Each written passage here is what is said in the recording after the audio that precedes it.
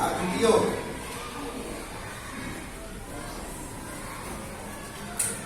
Afan Jeno, Aisyah, Ciko, Akila, Alfa, Aulia, Javian, Fatin, Gazi, Dilan, Harun, Alfi, Intan, Kanaya, Farum, Anu, Sodik, Ibrahim, Lili, Nadia, Putri, Rafa, Safira, Sasa, Jordan, Zara, dan yang tidak masuk. Oke. Nah, dari presentasi Pauli belajar coding dasar. Coding itu apa sih menurut kalian? Berpikir secara komputerisasi.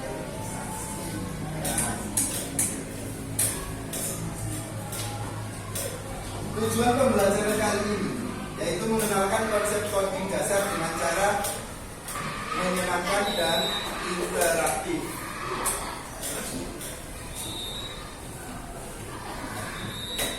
Apa itu coding?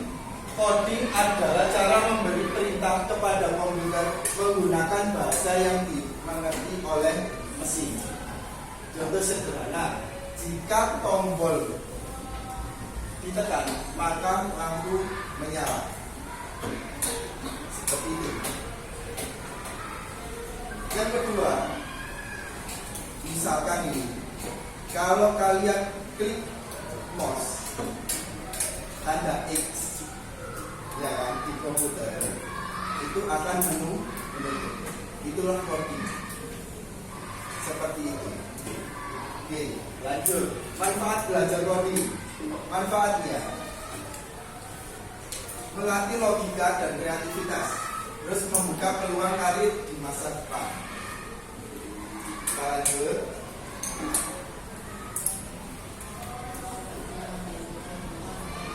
Alat dan lingkungan coding. Aplikasi. Alat yang digunakan apa? Aplikasi atau platform yang dirancang untuk pemula dalam dunia coding.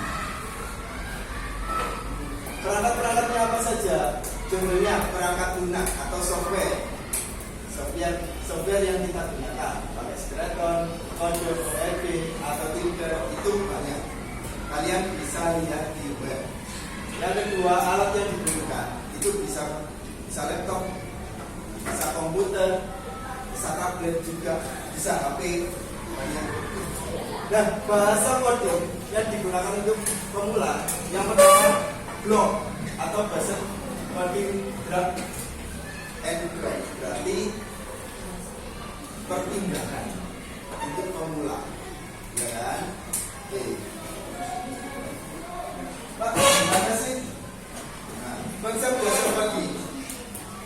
Yang pertama, algoritma atau urutan langkah-langkah menyelesaikan masalah. Contohnya, kalau kalian masak mie, ini paling sederhana. Langkah-langkah masak mie. Ada yang tahu cara memasak mie? Gimana cara memasak mie? Siapkan panci. Siapkan panci, terus Rebus air, masukkan mie, terus tiriskan, masukkan piring, bumbu, terus siap dihidangkan. Nah, seperti itu cara berpikir komputer. Jadi ada langkah-langkahnya yang digunakan. Seperti kalian buka Microsoft Word, ada yang namanya Quick Start dulu, ya kan? Quick Start yang ada di pojok ini. Quick Start, baru pilih Alt Program, ya kan? Terus pilih Microsoft Office. Nah, Ini kan al program. Klik start. Pilih al programnya. Nah, terus habis itu nanti dicari Microsoft Word. Kalau ini kebetulan sudah ada Microsoft Word-nya di al program, jadi langsung. Kalau kalian di komputer sekolah pasti ada al programnya. Ini langkah-langkah. Yang kedua, untuk konsep dasar codingnya rutin mengulangi perintah beberapa kali. Berarti kalau misalkan tidak muncul, kalian bisa lakukan beberapa kali. Terus kondisional atau pilihan berdasarkan situasi. Jadi bisa itu pakai yang lain kalau misalkan tidak memungkinkan. Oke, kita lanjut.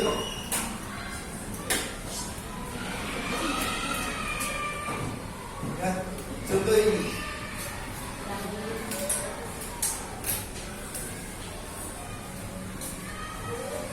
Ini adalah permainan keluar dari lagu. Agar bisa keluar dari lagu, ini kalian harus kemana?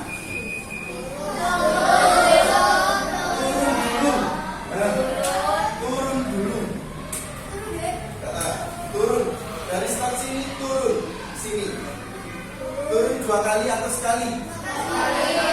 Turun 2 kali, Pak. Turun 2 kali. Nah. Terus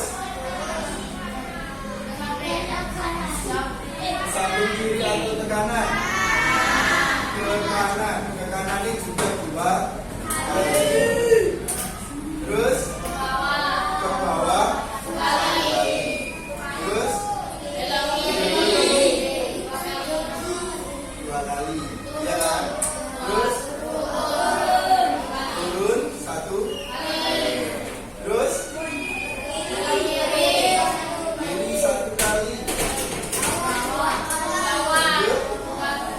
Ke bawah 3 kali. Boleh. Terus samping kanan 1 kali. Turun 1 kali. Nah, seperti itu. Kalian harus bisa menyelesaikan masalah dengan kondisi seperti itu. Itu adalah langkah-langkah untuk keluar dari lagu. Pak, apakah itu berpikir secara komunikasi? Iya. Jadi harus sesuai prosedur. Ya, harus sesuai prosedur. Pak, gimana kalau salah? Dia nggak akan nyampe sini. Nggak akan nyampe sini. Ya, bisa saja tersesat.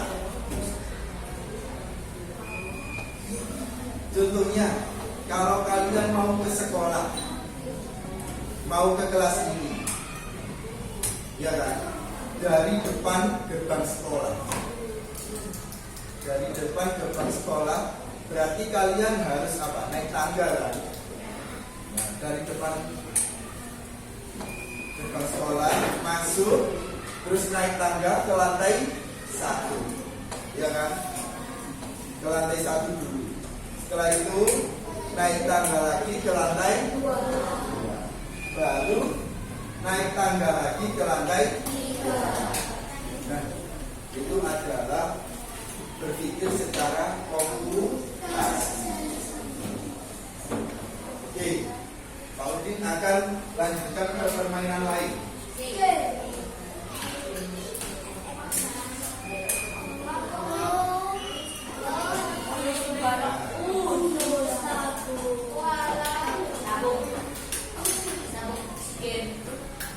Anak-anak menggunakan blok kode untuk mengatur warna pada balok dari besar ke kecil. Nah, kalau seperti ini,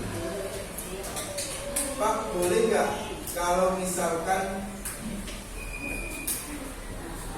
warnanya salah? Kalau warnanya salah, itu lagi. Contohnya pada permainan ini.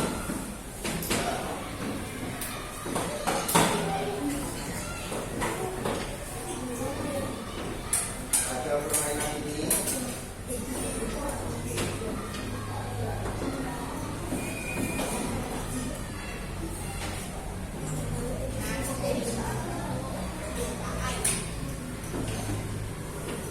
ini adalah robot AI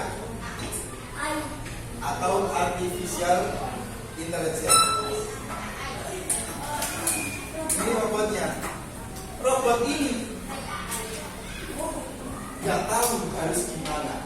Seperti kalian kan harus tahu dulu, oh ini belok kiri, oh belok kanan. Itu kan sama seperti robot AI. Nggak tahu itu kiri, nggak tahu itu kanan, nggak tahu itu baik apa jelek. Nggak tahu. Tapi kita bisa memasukkan data di situ. Contohnya seperti ini. Kita lanjutkan. AI atau artificial intelligence itu tidak tahu apakah suatu objek itu adalah ikan atau sampah, tapi ia dapat memproses gambar dan mengidentifikasi pola. Untuk program AI gunakan tombol di bawah ini. Ini bukan ikan atau sampah. Nah, kalau menurut kalian ini ikan atau sampah? Sampah, berarti bukan ikan ya.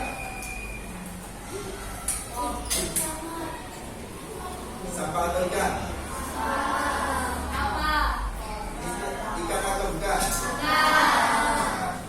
Ini ikan. Kalau ikan, ini tinggal dimasukkan. Oh, ini ikan. Ini tidak ya? Bukan ikan. Lanjutkan.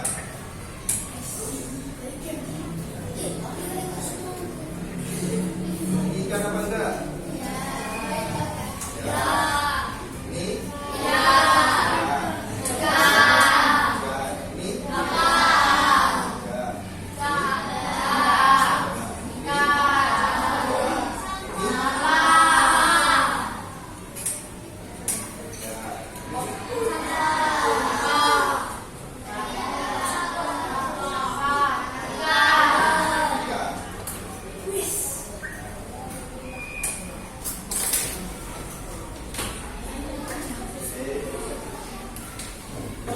AI belajar dari pilihan Anda. Jika Anda membuat pilihan yang salah, AI akan mengulangi kesalahan Anda dan terus berlanjut.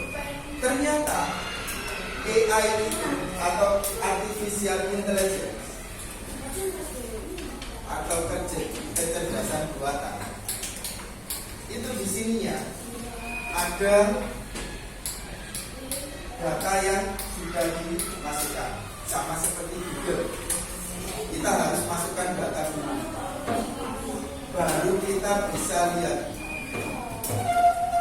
Saya ingin mengetahui, misalkan Google ya, contoh hewan buas, misalkan contoh hewan buas. Kalau komputernya kosong, nggak ada datanya, ya nggak ada internetnya, apakah kalian bisa mencari itu? Jadi harus memasukkan data dulu, ya kan? Sama seperti ini, sama seperti robot AI. Kalau dia tidak ada data, dia nggak akan bisa milih ini sampah, ini ikan, nggak akan bisa.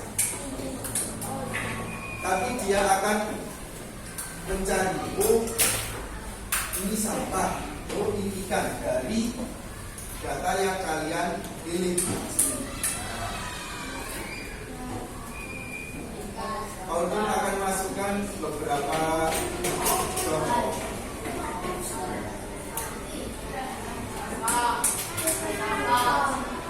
Ini kan apa enggak? Ini?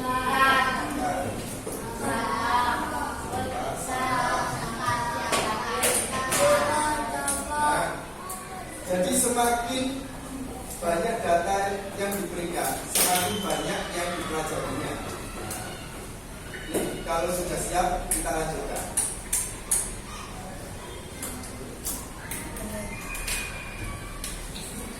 Kita lihat apakah AI itu mengetahui bagaimana rupa seekor ikan. AI akan menganalisis serangkaian benda acak lalu melabelinya dengan berdasarkan latihan. Kita lanjutkan ya. Nah, dia akan otomatis, oh ini ikan, oh ini enggak. Terus, apakah komputer bisa salah? Bisa.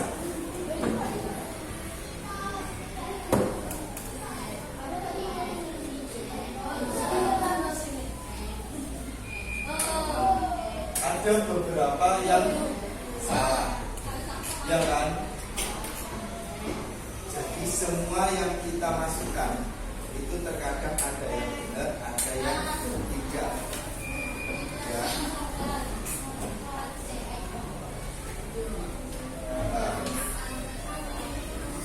Nah, dari sini ada beberapa yang bukan ikan, tapi dia masuk, ya kan? Contohnya ini, contohnya lampu ini. Nah, dia bukan ikan, tapi dia masuk, ya kan? Karena data yang kita masukkan cuma sedikit, dia bisa salah mengenali.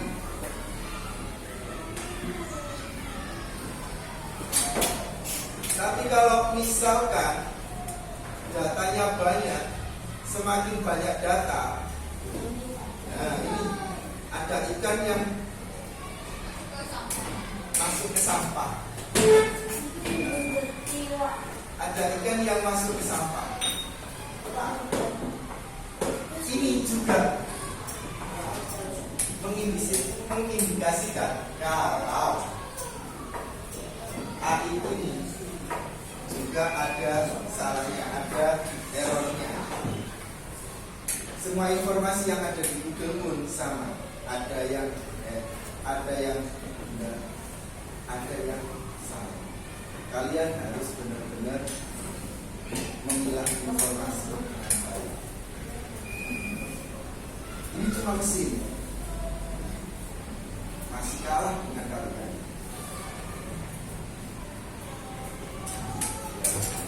Tapi dia membantu untuk mensortir, ya kan? Hampir 80% juga benar, cuman datanya kurang banyak. Kita lanjutkan.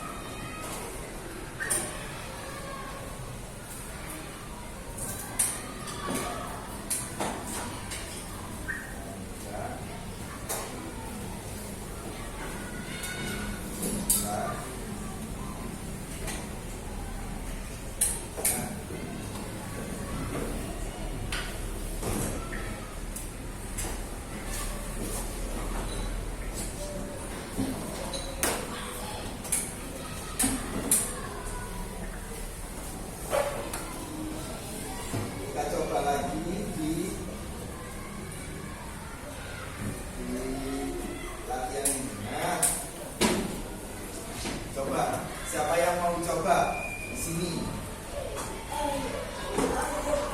untuk memberikan data, untuk memasukkan ke data yang lain? Ayo, lihat, silakan. Yang banyak ya Davian ya. Nah, boleh, bisa dilihat. Apakah itu di dalam air? Berang-berang di dalam air? Ayo,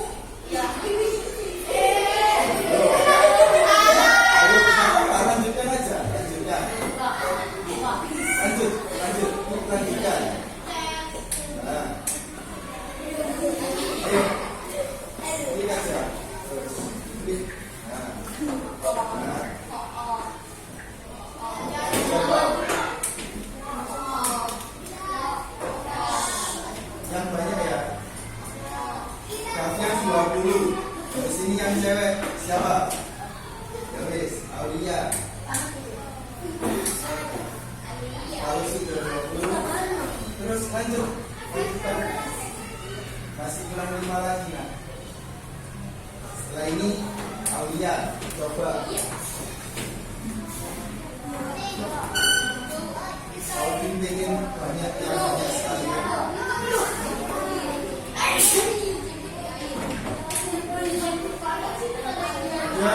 Sudah sudah silakan Aulia. Atau itu termasuk benda di dalam air atau tidak? Ya.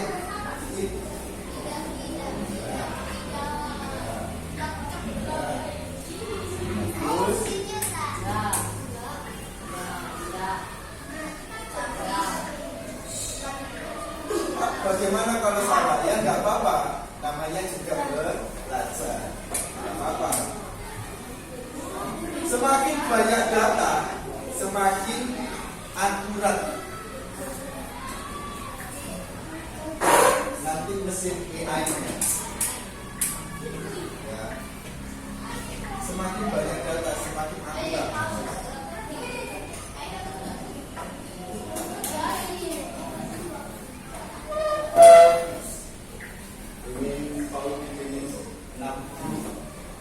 Atau 150 nggak apa-apa. Setelah ini siapa? Alfa, boleh. Alfa. Gantian ya, gantian. Di sini cowok sampai 60 ya, Aulia ya. Nanti ganti Alfa. Sudah ganti Alfa sampai 80 ya nak ya. Terus yang cewek siapa? Boleh. Nanti ya.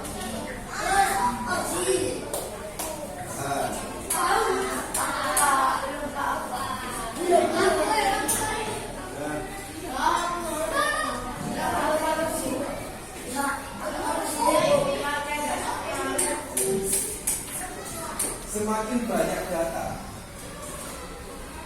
yang dimasukkan semakin banyak atau semakin kecil kemungkinan untuk salah.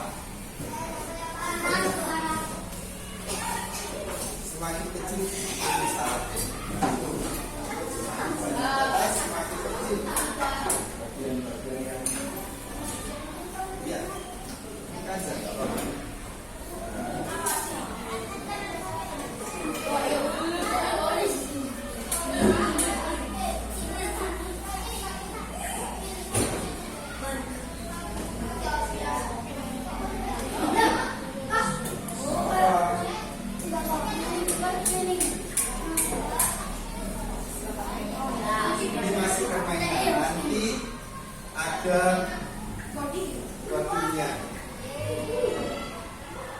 Sudah banyak sekarang les coding untuk anak-anak.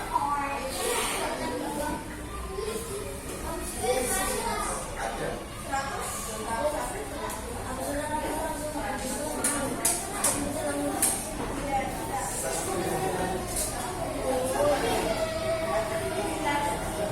Sudah 100, sudah. Masih. Paling Paudin ini butuh 125 ya. Terus yang cewek siapa lagi?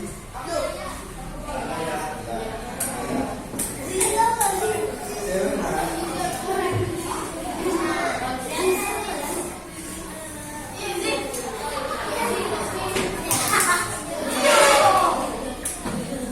Ubur-ubur apakah di dalam air?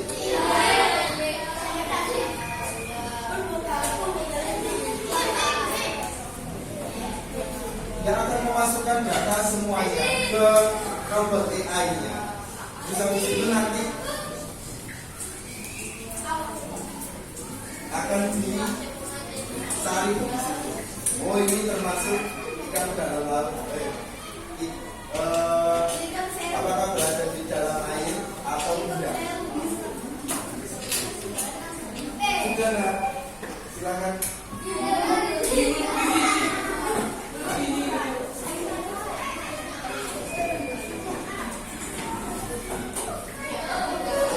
Mungkin di HP kalian ada AI-nya.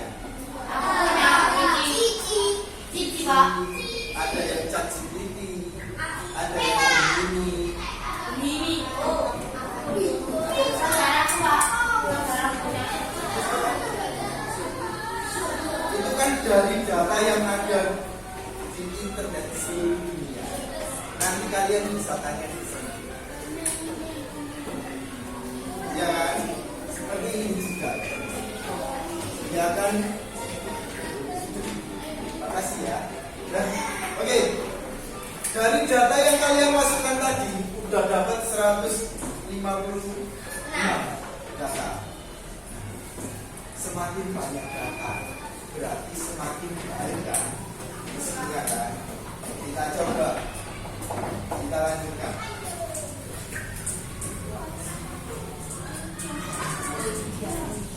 Menurut kalian, apakah AI ini lebih baik dalam mengidentifikasi objek yang berada di dalam air?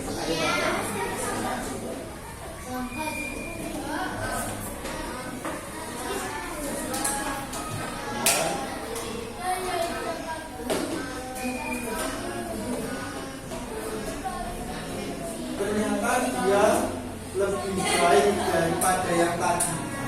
Ya, dia lebih banyak. Oh, ini hewan dalam air.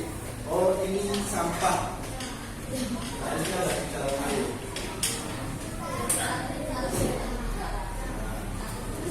Tapi tetap masih ada kesalahan di sini.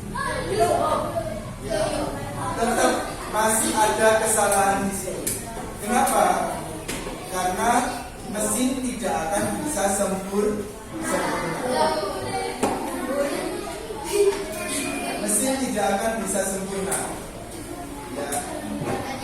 Karena ini cuma 150 data. Dan dibutuhkan banyak data. Dibutuhkan banyak sekali data biar dia bisa sempurna.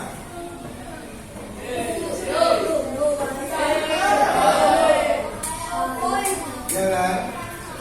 Banyak sekali data yang digunakan untuk biar dia jadi sempurna. Kalau cuma 150 cuma sedikit, berarti kurang banyak.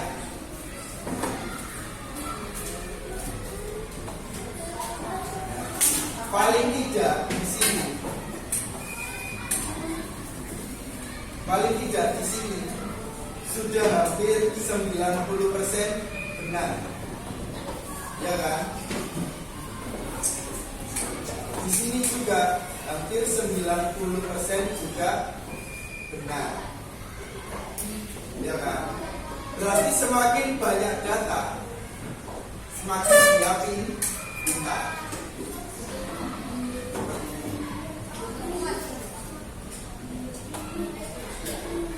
Jangan mau kalah sama teknologi ya.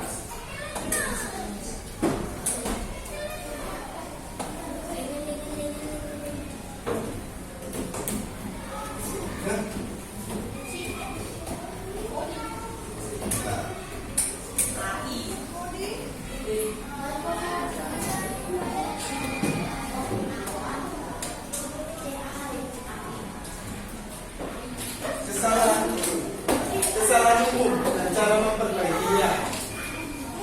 Contohnya kesalahan looping tidak berhenti, ya, pengulangan tadi tidak berhenti, terus kondisi tidak terpenuhi, berarti datanya cuma sedikit, berarti kan tidak terpenuhi, jadi dia akan melakukan kesalahan. Solusinya debugging atau teliti dan uji setiap bagian kodenya, lebih teliti lagi untuk memasukkan data dan usahakan datanya lebih banyak, itu yang bisa digunakan untuk memperbaiki.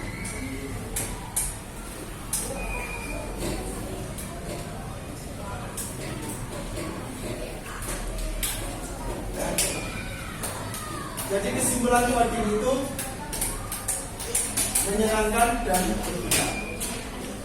Nanti jadilah kreator AI, teknologi masa depannya. Ya, dan nanti ada lanjutannya tentang coding. Ya. Terima kasih. Assalamualaikum warahmatullahi wabarakatuh. Waalaikumsalam.